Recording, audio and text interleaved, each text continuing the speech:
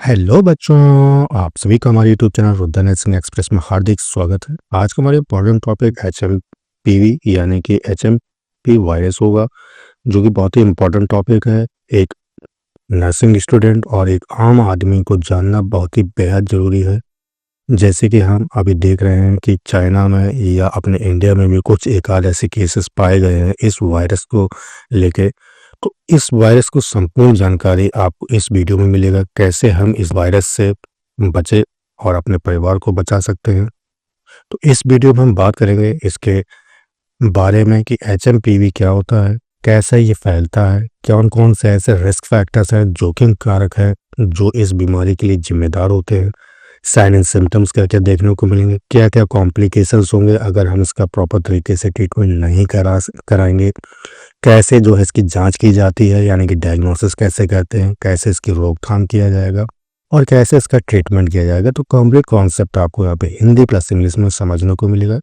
यदि वीडियो अच्छा लगे तो लाइक करें और चैनल को सब्सक्राइब जरूर कर लें, साथ में नोटिफिकेशन बेल भी दबा लें ताकि आप सभी को हमारे नर्सिंग से रिलेटेड वीडियो का नोटिफिकेशन सबसे पहले मिल सके। तो चलिए टॉपिक को शुरू करते हैं और जानते हैं एचएमपीवी के बारे में।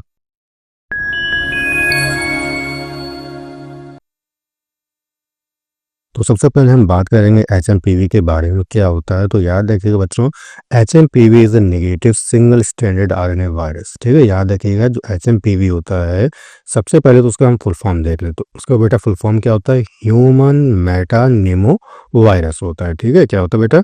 ह्यूमन मेटा न्यूमो वायरस होता है। राइट, चलिए। तो सबसे पहला हमने आपको बताया पॉइंट कि HMPV is a negative single stranded RNA virus. बेटा ये किस प्रकार का वायरस होता है? तो याद रखिएगा, negative single stranded RNA virus होता है। क्लियर बच्चा? चलिए, सेकंड पॉइंट है, it was isolated for the first time in 2001 in the Netherlands. ठीक है, याद रखिएगा सबसे पहले जो है 2001 में नीदरलैंड में इस वायरस को आइसोलेट किया गया, यानी कि अलग किया गया। किसके द्वारा अलग किया गया? कौन सा मेथड के द्वारा? तो याद रखिएगा बेटा, रैप पीसीआर टेक्निक के द्वारा जो है इस वायरस को हमने सबसे पहले अलग किया। राइट, चलिए।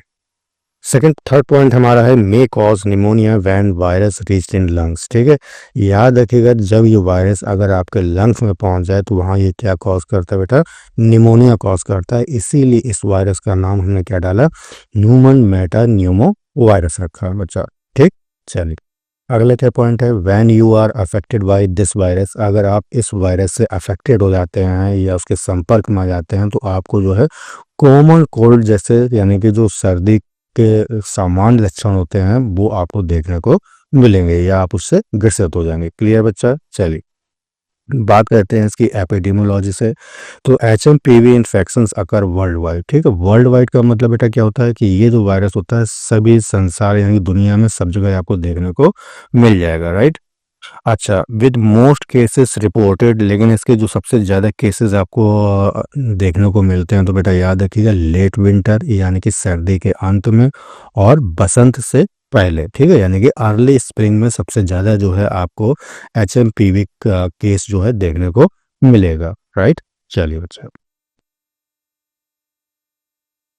एक यहाँ पे बेटा टर्म आया है एपिडेमियोलॉजी, इसको हिंदी में हम लोग कहते हैं महामारी विज्ञान क्या होता है।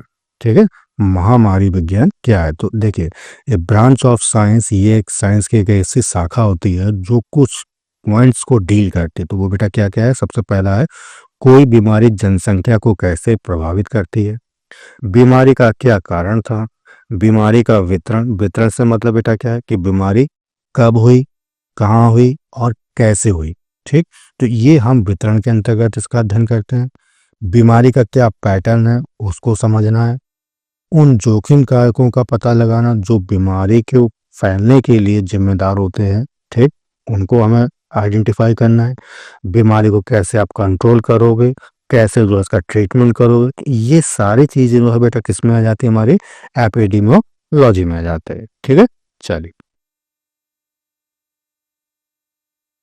बात करते हैं बेटा ऑनसेट या इंक्यूबेशन पीरियड। तो सबसे पहले तो हम ये समझेंगे बच्चा कि ऑनसेट या इंक्यूबेशन पीरियड क्या होता है। देखिए, कोई भी बैक्टीरिया या वायरस जब पहली बार ह्यूमन पे अटैक करता है, ठीक, अटैक कर दिया, अटैक करने के बाद में जो भी सिम्टम्स ठीक है, जो भी सिम्टम्स, फर्स्ट सिम्टम्स जितने समय में प्रकट होता है, ठीक है, तो उस कंडीशन को बेटा या उस अवधि को हम क्या कहते हैं, ऑनसेट या इंक्यूबेशन पीरियड कहते हैं। ठीक, अच्छा यहाँ पे जो एचएमपी वायरस है, ठीक, अटैक किया, अटैक करने के बाद में जो फर्स्ट सिम्टम्स प्रकट होगा, अपीयर होगा ह्यूमन में, तो कितना टाइम लग जाता है बेटा, 3 to 6 डेज लग जाता है, राइट, याद रखिएगा, इंपॉर्टेंट है।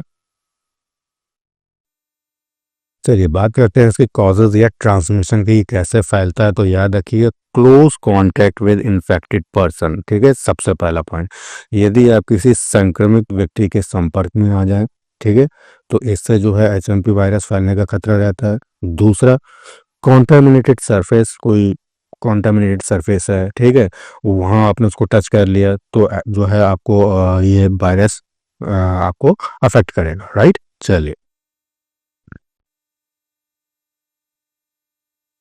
चलिए बात करते हैं रिस्क फैक्टर्स के, ऐसे कौन से जोखिम कारक हैं जो इस बीमारी के लिए जिम्मेदार होंगे। तो सबसे पहला बच्चा क्या हमारा, यंग चिल्ड्रन, जो हमारे यंग चिल्ड्रन है, ठीक है, वो ये बीमारी को जल्दी जो है एक्वायर कर लेते हैं।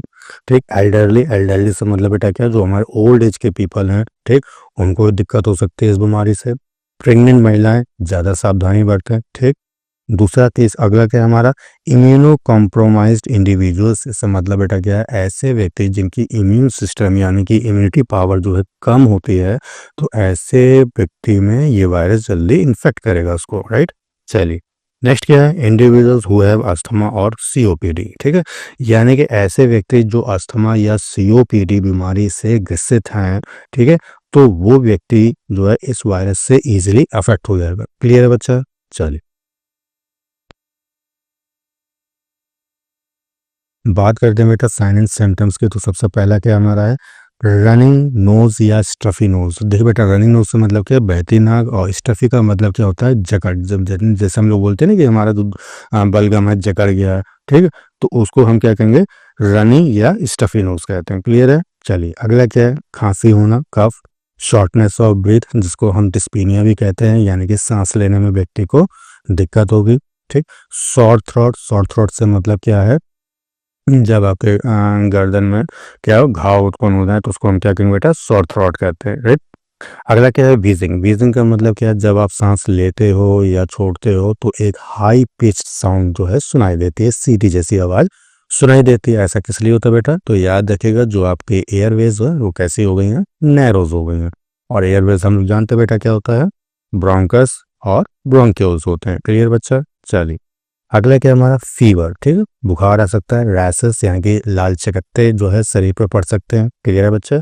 तो ये जो है कुछ मुख्य लक्षण होते हैं, ठीक, जब कोई एचएमपी वायरस अटैक करता है। चलिए बात करते हैं कॉम्प्लिकेशंस की, क्या क्या जटिलताएं हैं। तो सबसे पहला डिफिकल्टी ब्रीथिंग, जैसे कि मैंने अभी आपको बताया था, डिस्पीनिया जिसको हम टेक्निकल टर्म में कहते हैं।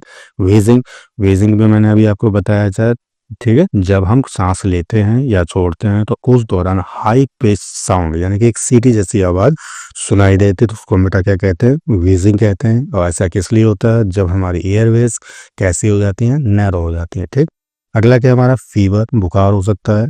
ठीक, ब्रोंकियोलाइटिस, ठीक, और ब्रोंकाइटिस। ठीक, बेटा अभी हमने जैसा आपको बताया भी था, जब एनाटॉमी में लंग्स का स्ट्रक्चर पढ़ाया था, तो उसमें मैंने बताया था, एक होता है हमारा सबसे पहले जो मेन जो शाखा होती है, जो मेन ब्रांच होती है, उसको हम क्या कहते हैं, ब्रोंकस कहते हैं। यही ब्रोंकस जो है आगे चल के क्या है, छोटी छोटी शाखाओं में विभाजित हो जाती है, डिवाइड हो जाती है, जिनको हम क्या कहते हैं, ब्रोंकियोल्स कहते हैं। क्या कहते हैं बेटा, ब्रोंकियोल्स कहते हैं। और जो मेन ब्रांच होती है उसको क्या कहते हैं, ब्रोंकस कहते हैं। ठीक, इनमें जब इन्फ्लामेशन हो जाती है तो उसको हम ब्रोंकियोलाइटिस कहते हैं, यानी कि ब्रोंकियोल में क्या आ गई बेटा, इन्फ्लामेशन आ गई।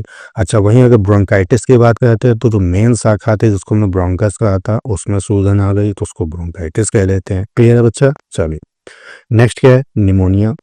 ठीक है, तो ये कुछ कॉम्प्लिकेशंस हैं, अगर हम प्रॉपर तरीके से ट्रीटमेंट नहीं कराएंगे तो ये हमें कॉम्प्लिकेशंस या जटिलताएं हो सकती हैं।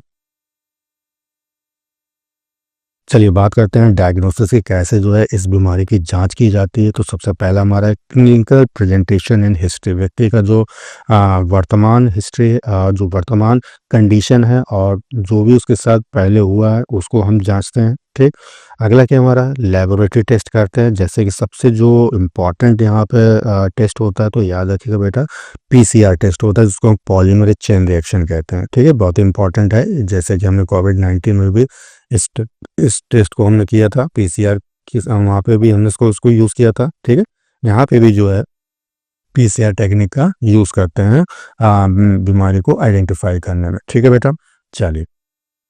अच्छा, दूसरा क्या है, रैपिड एंटीजन डिटेक्शन टेस्ट का भी हम लोग जो है यहाँ पे यूज़ कर सकते हैं, लेकिन याद रखिएगा जो रैपिड एंटीजन डिटेक्शन टेस्ट होता है ये पीसीआर से कम थोड़ा सही माना जाता है। ठीक है, सबसे अच्छा क्या माना जाता है, तो पीसीआर टेक्निक अच्छी मानी जाती है। क्लियर बच्चा, चलिए बात करते हैं हम लोग प्रिवेंशन की, कैसे जो है इस बीमारी को रोकथाम कर सकते हैं। तो याद रखिएगा, while there is no vaccine for HMPV, बहुत इंपॉर्टेंट पॉइंट लिखा है बेटा, याद रखिएगा अभी तक इसकी जो है कोई भी वैक्सीन नहीं बनी है। तो जब तक वैक्सीन नहीं बनी है तो हमें कुछ पॉइंट्स जो है अपने माइंड में रखना है, उसको फॉलो करना है। तो सबसे पहला क्या है, washing your hands regularly with soap and water for at least 20 second. ठीक है, क्या कहना चाहता है, 20 सेकंड तक कम से कम सोप और वाटर से अपने हाथ को रेगुलरली वॉश करते रहें, धोते रहें। ठीक, चलिए फर्स्ट पॉइंट हो गया। सेकंड पॉइंट क्या है, avoiding close contact with sick individuals, ऐसे व्यक्ति जो बीमारी से ग्रसित हैं या बीमार हैं उनसे बिल्कुल दूर रहें। ठीक, चलिए नेक्स्ट क्या है, covering your mouth and nose when coughing और स्नीजिंग। ठीक, कह रहा है कि जब आप खांस रहे हों या छींक रहे हों तो अपने माउथ और नोज को कवर कर लें। ठीक है, और कवर करने का बेटा क्या तरीका है, मोस्टली हम लोग जो है एलो का यूज करते हैं। ठीक है, चलिए अगला क्या है, यूजिंग एल्कोहल बेस्ड सैनिटाइजर्स और वाइप्स आफ्टर स्नीजिंग और टचिंग हाई कांटेक्ट सरफेस। ठीक है, मान लीजिए कि आप छींक रहे हो या आपने जो है किसी इन्फेक्टेड पर्सन या कॉन्टामिनेटेड सरफेस को टच कर लिया है, तो ऐसी कंडीशन में बेटा जो है क्या करना है, आपको एल्कोहल बेस्ड सैनिटाइजर और वाइप का जो है यूज़ करना है आपके हाथों के लिए। ठीक है, चलिए नेक्स्ट है, try to stay at home when you experience any symptoms.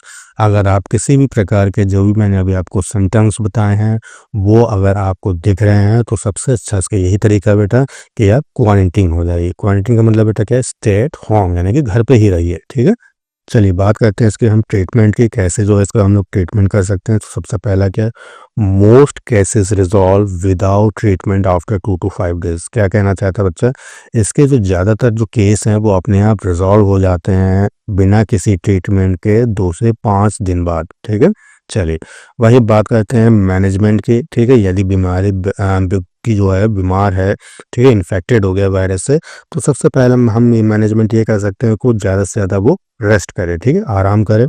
अगला क्या है, ड्रिंकिंग प्लेंटी ऑफ वाटर, ज़्यादा से ज़्यादा पानी पिए। ठीक है, नेक्स्ट क्या है, एसिटामिनोफेन और इब्रूफेन। ठीक है, इसका यूज़ करें दर्द के लिए। ठीक, सप्लीमेंटेशन ऑक्सीजन एंड फ्लूइड्स का यूज़ किया जाता है बेटा। ठीक है, चलिए प्रिवेंट स्प्रेडिंग। ठीक है, स्प्रेडिंग जैसे मैंने भी आपको बताया भी था, फैलने से कैसे हम रोक सकते हैं, तो वही मैंने भी आपको बताया था, वॉशिंग हैंड्स। ठीक है, अपने हाथों को धोते रहें। ठीक, फेस मास्क का यूज़ करें, avoiding contact with sick people, जो बीमार व्यक्ति हैं, ठीक है, उनके संपर्क में आने से बचें। ठीक, क्लीनिंग कॉन्टामिनेटेड सरफेस, लोबिया का कॉन्टामिनेटेड सरफेस है, सन दूसरे दो जगह होती है, उसको साफ करने के लिए हम लोग यहाँ पे क्या यूज़ कर सकते हैं बेटा, अल्कोहल बेस्ड सैनिटाइजर का यूज़ कर सकते हैं। क्लियर बच्चा, चलिए आशा करता हूँ टॉपिक आपको अच्छे से समझ में आ गया हो। टॉपिक कैसा लगा कमेंट जरूर किया करें, इससे मुझे मोटिवेशन मिलता है। यदि आपको कोई टॉपिक है तो उससे कमेंट बॉक्स में जरूर लिखें, उसका आंसर देने में मुझे खुशी मिलेगी। तो तब तक के लिए अपना ख्याल रखें। Take care, bye bye, thank you so much.